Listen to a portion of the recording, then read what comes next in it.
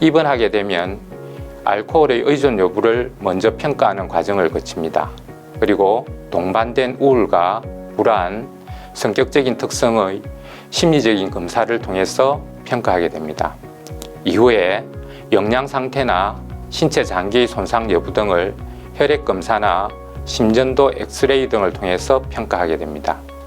이와 동시에 수액이나 해독제를 사용하여 술로 인한 건강상의 문제를 해결하고 필요한 치료 약물의 투여를 시작을 합니다.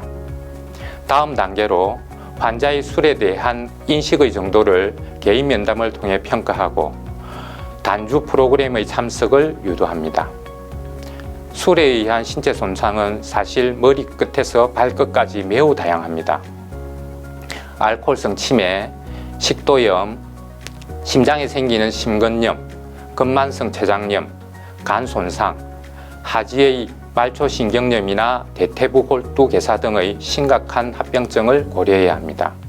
그 중에서 환자분들이 가장 걱정하는 것은 알코올성 치매인 콜사코프 증후군이며, 반면에 입원 기간 중에서 힘들어하는 것 증상 중에 하나는 다리 저림으로 대표되는 말초신경염입니다. 자기 전에 특히 짜릿한 느낌을 많이 호소하고 이런 불편감과 통증으로 수면을 취하기 힘들다고도 호소를 많이 합니다.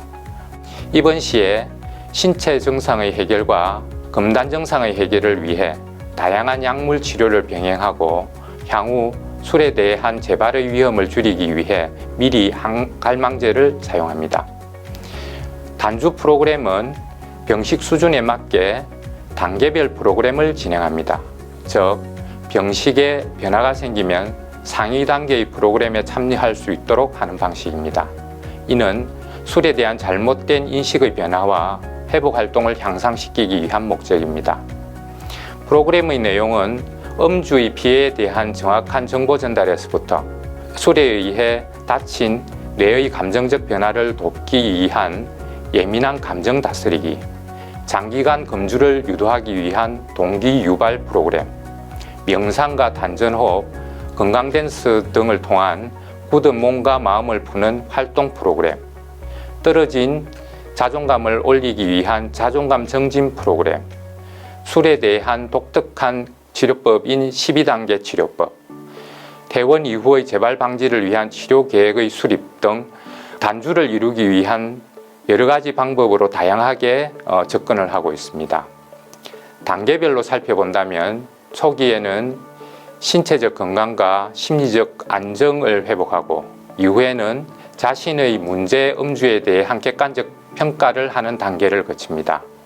3단계에 들어서는 이제까지 부정해왔던 술에 대한 중독을 인정하고 금주를 해야 하는 동기를 찾아내며, 4단계에서는 금주에 대한 결심을 굳게 하고 향후 장기간의 금주 유지를 위한 사회기술 훈련의 습득을 돕습니다. 마지막으로 퇴원 계획을 수립하고 사회에 적절한 적응을 돕는 과정을 준비합니다. 퇴원 이후에는 잔존하는 신체적 질환에 대한 이후의 검사에 대해서 종합병원이나 대학병원에서 좀 더 면밀한 치료가 이루어질 수 있도록 돕고, AA나 흔히 알코올 상담센터라고 하는 중독통합지원센터와 연계를 유도하여 사회적 치료 자원을 활용하도록 돕습니다. 종합하자면 입원 치료의 대상은 아무래도 심한 금단 증상을 보이거나 전신세약 등의 신체 손상, 술로 인한 혼란된 행동이 반복되는 경우가 고려의 대상이 될 것입니다. 입원 치료에서 가장 중요한 것은 단주 프로그램의 참석이며 자신의 병식 개선과 자신만의 대처 방식을 찾아내는 것이라 할 수 있을 것입니다. 많은 분들이 자신이 중독이라고 생각지 못한 상태에서 점차 중독의 늪에 빠지고 있습니다. 조금이라도 의심이 된다면 가까운 병원에서 이에 대한 평가를 꼭 하시길 바랍니다.